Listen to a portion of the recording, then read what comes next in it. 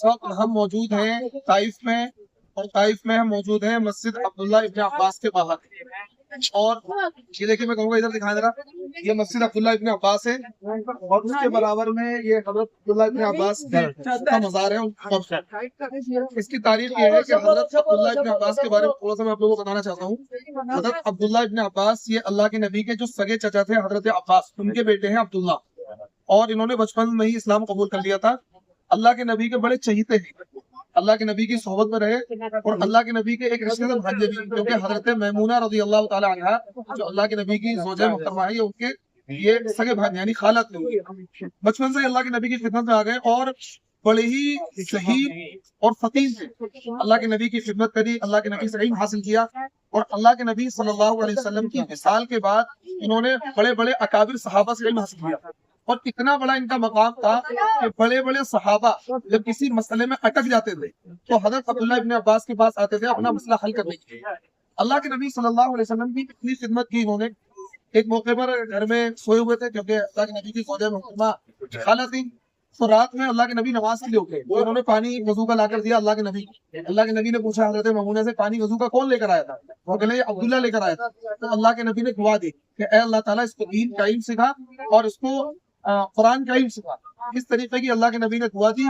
تو تمام صحابہ میں قرآن کا سب سے زیادہ علم حضرت عبداللہ ابن عباس سے، اسی وجہ سے ان کو امام التفسیر بھی کہا جاتا ہے، شبہ الامہ بھی کہا جاتا ہے، اور بحر الامہ بھی کہا جاتا ہے، بحر العلوم بھی کہا جاتا ہے. نہیں ان کا دریا ان کا سمندر تھے.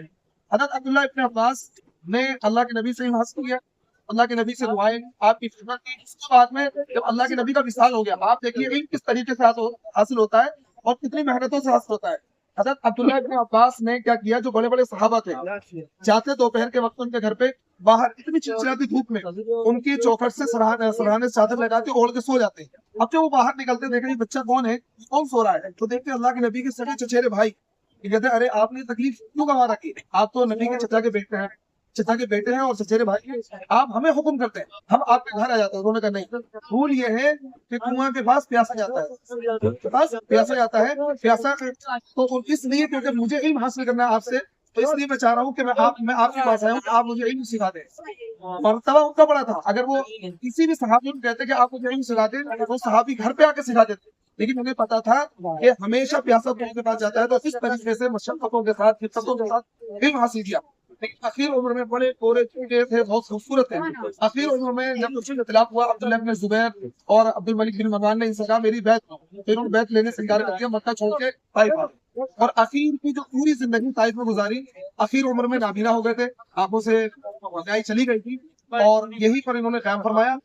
پیچھے جا کر حضرت عبداللہ ابن عباس کا گھر ہے. یہ مکتبہ ہے، لائبریری آج بند ہے. اس کے اندر پرانے زمانے کی بہت ساری کتابیں ہیں، اور ایک پتھر رکھا ہوا ہے، اس پتھر پر قرآن کریم کی آیات لکھی ہوئی ہیں. پچھلی مرتبہ آیا تھا تو کھلا ہوا تھا، اور اس کے برابر میں حضرت عبداللہ ابن عباس کا انتظار ہے. اور یہ بہت شاندار مسجد بنی ہوئی ہے حضرت عبداللہ ابن عباس کے نام سے.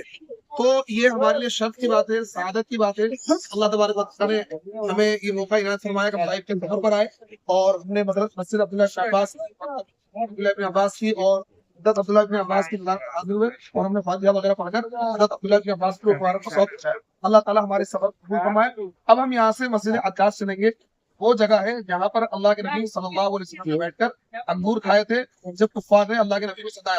اور پورا طائف کا جو منظر ہے، طائف کا جو پورا سفر ہے، انشاءاللہ وہیں چل کے میں آپ کے سامنے بیان کروں گا.